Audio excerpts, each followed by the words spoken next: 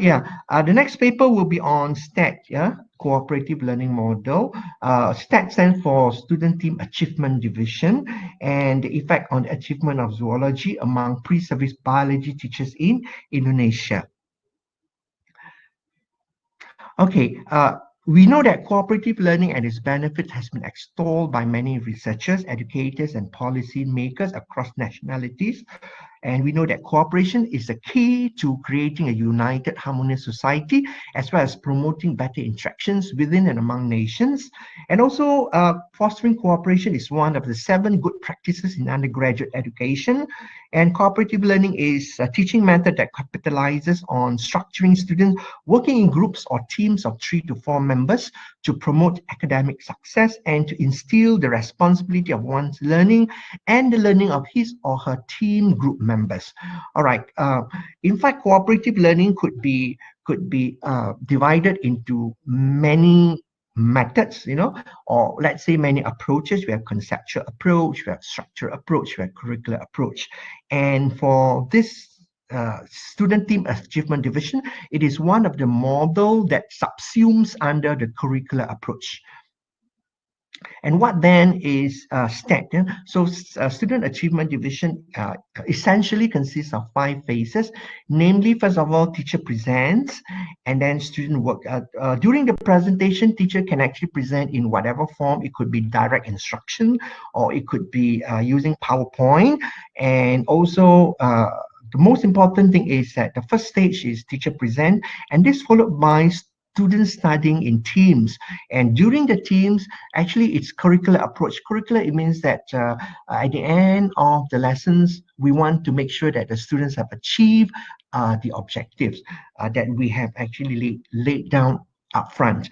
And then that would be when students study in teams, they actually work in a teams of 4, and we have student worksheets for them. And also we have not only student worksheet, and we also have the answer sheets, so that they're able to discuss the questions, and the questions are all geared towards the learning objectives. And finally, the third step is the students take individual quiz.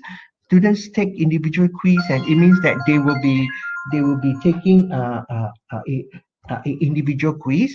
And also, then we have students calculate improvement points. This is very important because many times I have seen teachers actually carrying out STAD. They use the raw scores. Yeah? This is not right, because according to the proponent of STAD, that is Robert Slavin, he says that one of the basic principle is that students have equal opportunity to succeed. It means you have 4 students, you have high achievers, you have average achievers, and you have low achievers.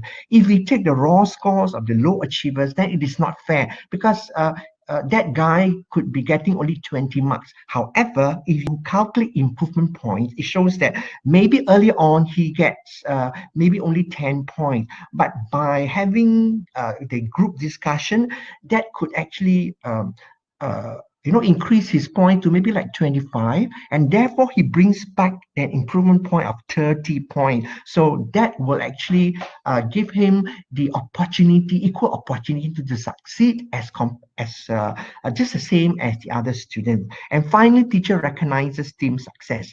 Now, how to calculate the team average improvement points? Now, remember the improvement points, we have a 30 as the maximum. If it is 25 and above, then we give the group super group award, and then we have great and as well as good. So remember, it is criterion based. It's not a non-reference assessment. It means that it can be as many group as possible to get super award, not necessarily that we only get one group getting super award. Likewise for great as well as good.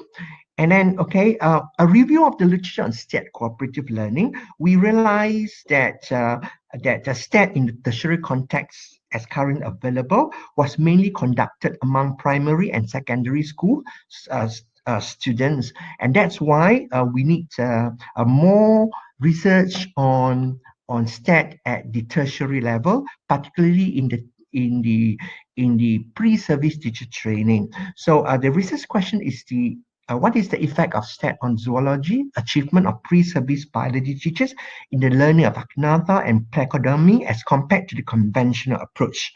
All right. Methodology, we use a quasi-experimental, non-randomized pre- and post-test control group. A total of 64 secondary fourth-year Bachelor of Education pre-service teachers was used in this study.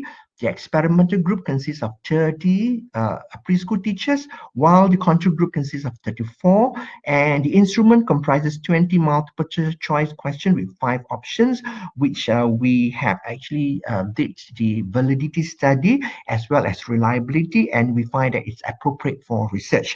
And items were developed according to the test specification. Okay. And the findings, as we know, first of all, we checked the pretest and we realized that there is a slight difference. There is a significant difference between the experimental and the control group, and therefore the post-test could not be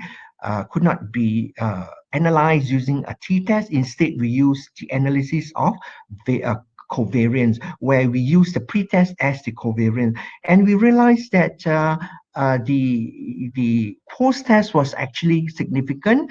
The ANCOVA by group produces a significant F ratio of 6.479. The calculated effect size of 0.59 indicates a practical significance. And the adjusted mean, if you look at the Y adjusted, because we use the pre-test to be the covariate, and therefore the post-test means were adjusted. And it shows that the experimental group actually achieve 83.72, which is markedly higher than the adjusted mean obtained by the control group. And therefore, the research hypothesis is accepted and the null hypothesis is not accepted. And what does it mean by 0.59? 0.59 is actually showing that the average student in the experimental group performed at about 0.6 a standard deviation above the average student working in the control group.